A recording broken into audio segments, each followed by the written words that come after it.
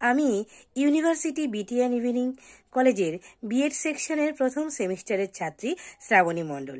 আমি আজ আপনাদের সামনে একটি ভিডিও প্রেজেন্টেশন তুলে ধরব, যার বিষয় হল understanding home language and school language.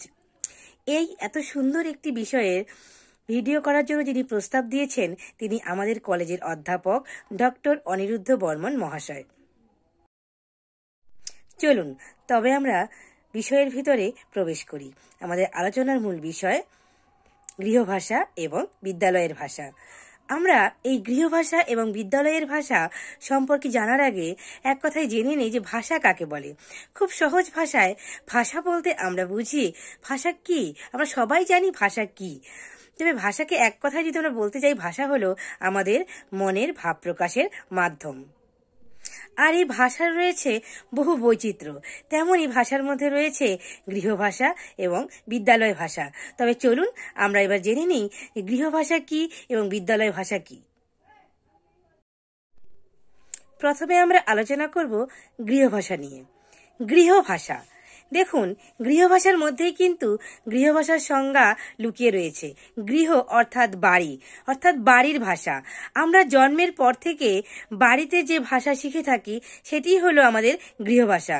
অর্থাৎ প্রত্যেক শিশু জন্মের পরেই বাড়িতে তার বড়দের থেকে তার বাড়ির পরিবেশে যে ভাষা শিখে সেটি কিন্তু হচ্ছে তার গৃহভাষা। এই গৃহভাষা নিয়ে 1951 খ্রিস্টাব্দে ইউনেস্কো একটা রিপোর্ট তৈরি করে, আর সেখানে শিক্ষার্থীর প্রাথমিক শিক্ষার ক্ষেত্রে গৃহভাষাকে বিশেষভাবে গুরুত্ব দেওয়া হয়েছে। গৃহভাষা কি সেটা তো জানলাম, তবে চলুন এবার জেনে নেই গৃহভাষার কি কি বৈশিষ্ট্য রয়েছে। দেখুন, গৃহভাষা যেহেতু আমরা বাড়ি থেকে শিখছি, তার জন্য আমাদের কিন্তু পুঁথিগত বিদ্যার কোনো প্রয়োজন নেই। এছাড়া এই গৃহভাষার মধ্য দিয়েই আমরা পারিপার্শ্বিক মানুষদের সাথে যোগাযোগ স্থাপন করে থাকি। গৃহভাষার মধ্য দিয়ে আমাদের সাংস্কৃতিক ঐতিহ্য বহন হয়ে থাকে। এছাড়াও আমাদের এই বহু ভাষাভাষীর দেশে বহু ভাষা রয়েছে, তাই আমাদের কিন্তু গৃহভাষার মধ্যে অনেক বৈচিত্র্য দেখা যায়। এছাড়া আরো কিছু বৈশিষ্ট্য রয়েছে, আপনারা সেটা স্ক্রিনে দেখতে পাচ্ছেন। গৃহভাষা কি সেটা তো আমরা জানলাম, কিন্তু কথা হলো গৃহভাষা সম্পর্কে আমরা আলোচনা কেন করব? গৃহভাষার গুরুত্বটা কোথায়? দেখুন, কোনো শিক্ষার্থীকে যদি আপনি তার গৃহভাষার মাধ্যমে শিক্ষাদান করেন, সে কিন্তু খুব সহজেই সেই শিক্ষাটাকে গ্রহণ করতে পারবে। এছাড়া আমরা যে কেউ আমাদের গৃহভাষার মাধ্যমে খুব সাবলীলভাবে আমাদের মনের ভাব প্রকাশ করতে পারি। এছাড়াও গৃহভাষা আমাদের বিদ্যালয়ের ভাষা শিখতে সাহায্য করে।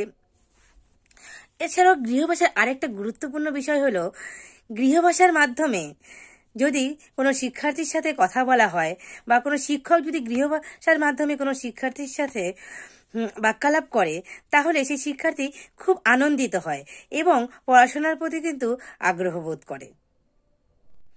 তাছাড়াও গৃহভাষার মাধ্যমে নিজস্ব সংস্কৃতি, ঐতিহ্য, রুচি এইসব রক্ষিত হয়ে থাকে।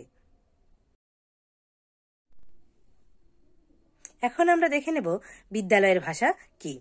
বিদ্যালয়ের ভাষা হলো যে ভাষায় আমরা বিদ্যালয়ে পঠন পাঠন করে থাকি, যে ভাষার মধ্য দিয়ে আমরা লিখি, পড়ি এবং যে ভাষার মধ্য দিয়ে আমরা বিভিন্ন পুঁথিগত জ্ঞান অর্জন করে থাকি, সেটাই হলো আমাদের বিদ্যালয়ের ভাষা। ভারতবর্ষে স্থানভেদে বিভিন্ন মাধ্যমের বিদ্যালয়ের ভাষা রয়েছে, যেমন ইংরাজি, বাংলা, হিন্দি ইত্যাদি। এই বিদ্যালয়ের ভাষার যে যে বৈশিষ্ট্যগুলি রয়েছে সেগুলি হলো, এই বিদ্যালয়ের ভাষার মধ্য দিয়ে আমাদের আদর্শ ভাষার সাথে পরিচয় ঘটে। যেহেতু বিদ্যালয়ের ভাষা আমাদের শিখতে হয়, তাই এটি অর্জিত ভাষা। আমরা গৃহভাষা শেখার পর বিদ্যালয়ের ভাষা শিখে থাকি, তাই বিদ্যালয়ের ভাষাকে দ্বিতীয় ভাষা বলা হয়ে থাকে। এছাড়াও বিদ্যালয়ের ভাষার মধ্য দিয়ে আমাদের পুঁথিগত জ্ঞান অর্জিত হয় এবং শিক্ষার্থীর অভিযোজন ক্ষমতা বাড়ে। এবার আমরা জেনে নেব বিদ্যালয়ের ভাষার গুরুত্ব কোথায়। আমাদের ব্যবহারিক জীবনে বিদ্যালয়ের ভাষা খুবই গুরুত্বপূর্ণ। আমাদের জীবনের আত্মমর্যাদা বৃদ্ধিতে এবং পুঁথিগত জ্ঞান অর্জনের মধ্য দিয়ে আমাদের সফলতার চরম পর্যায়ে পৌঁছাতে সাহায্য করে বিদ্যালয়ের ভাষা। এছাড়া আমাদের এই বহু ভাষাভাষীর দেশে একটা নির্দিষ্ট মাধ্যমের ভাষার মধ্য দিয়ে বহু ভাষাভাষী শিক্ষার্থীদের পাঠদান করতে খুবই সুবিধা হয়ে থাকে। এরপর বলা যেতে পারে ব্যক্তির আন্তর্জাতিক স্তরে নিজের পরিচয় গঠনের জন্য বিদ্যালয়ের ভাষার গুরুত্ব কিন্তু খুবই বেশি।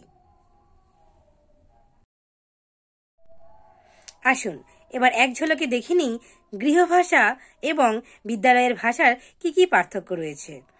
গৃহভাষা কিন্তু সহজাত, অপরদিকে বিদ্যালয়ের ভাষা অর্জিত ভাষা।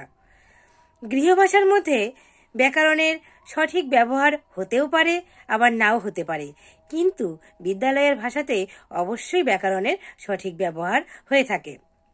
এছাড়াও বিদ্যালয়ের ভাষা সর্বদা পূর্ণ বাক্যের হয়ে থাকে, কিন্তু গৃহভাষার মধ্যে পূর্ণ বাক্য এবং খণ্ডবাক্যেরও ব্যবহার হয়ে থাকে। গৃহভাষার লিখিত পুঁথি পুস্তক যেহেতু কম, গৃহভাষার কিন্তু পরিবর্তন খুব তাড়াতাড়ি হয়ে থাকে। অপরদিকে বিদ্যালয়ের ভাষা অপরিবর্তনশীল। গৃহভাষা আমরা অসচেতনভাবেই প্রকাশ করে থাকি, কিন্তু বিদ্যালয়ের ভাষা আমরা খুব সচেতনভাবে প্রকাশ করি। গৃহভাষার মধ্য দিয়ে সৃজনীধর্মী রচনার দক্ষতা বৃদ্ধি পায়, অপরদিকে বিদ্যালয়ের ভাষার মধ্য দিয়ে প্রয়োগধর্মী রচনা দক্ষতার বৃদ্ধি হয়।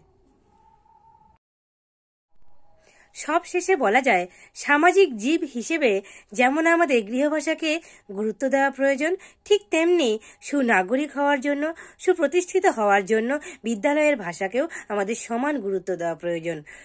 অতঃপর উভয় ভাষাকেই আমাদের সম্মানের চোখে দেখা উচিত।